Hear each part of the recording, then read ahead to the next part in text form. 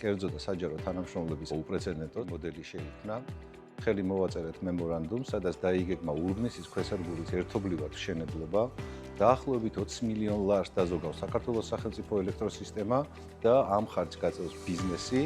ურბნისის ქვესადგური არის ერთ-ერთი უმნიშვნელოვანესი ქვესადგური გენერაციის წყაროების დასაერთებლად და ვფიქრობთ, რომ მსგავსი პრაქტიკა ცალსახად დასანერგია, სადაც ორივე მხარე გამოხატავს კმაყოფილებას და მზაობას.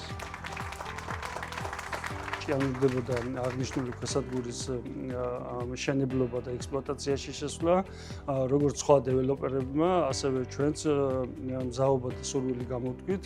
მნიშვნელოვანი წვლილი შეგვეტანა ქვესადგურის მშენებლობაში. ბიზნესის ჩართულობით რეალისტური არის ის ვადები, რომელი ვადებით დღესდღეობით წარმოდგენილი არის. ძალიან კარგი თანამშრომლობა შედგა.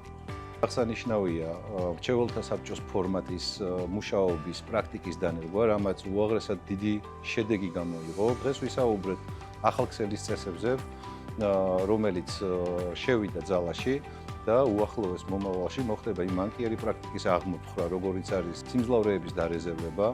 ყველაზე მნიშვნელოვანი დარგი საქართველოში ეკონომიკა რო კიდევ უფრო მეტად განვითარდეს არის ენერგეტიკა და მე მგონი ამაზეც კონსენსუსი არსებობს. გამჭვირვალე ურთიერთობები ბიზნესსა და სახელმწიფოს შორის ორივე მხარისთვის მომგებიანია და ამით ზოგადად ქვეყანა იგებს და მე მივესალმები იმ ურთიერთობებს, რაც არსებობს დღეს და მივესალმები იმ საბჭოს მუშაობას, სადაც ერთ-ერთი წევრი მე ვარ. ყველაზე უფრო მნიშვნელოვანი მე ვფიქრობ არის ის გამჭვირვალეობა ჩვენ რაც მივიღეთ. ეს აძლევს ბიზნესს საშუალებას, რომ სწორედ დაგეგმოს თავისი პროექტები, სწორედ დაგეგმოს თავისი მომავალი. დღეს ენერგეტიკის სექტორში არ არსებობს კომპანია და ორგანიზაცია, რომელმაც შეიძლება თქვას, რომ რაღაცა არ იცის და ეს რაღაცა არის ზედმიწევნით დეტალებში გაწერილი თითოეული საკითხი, თითოეული პასუხი.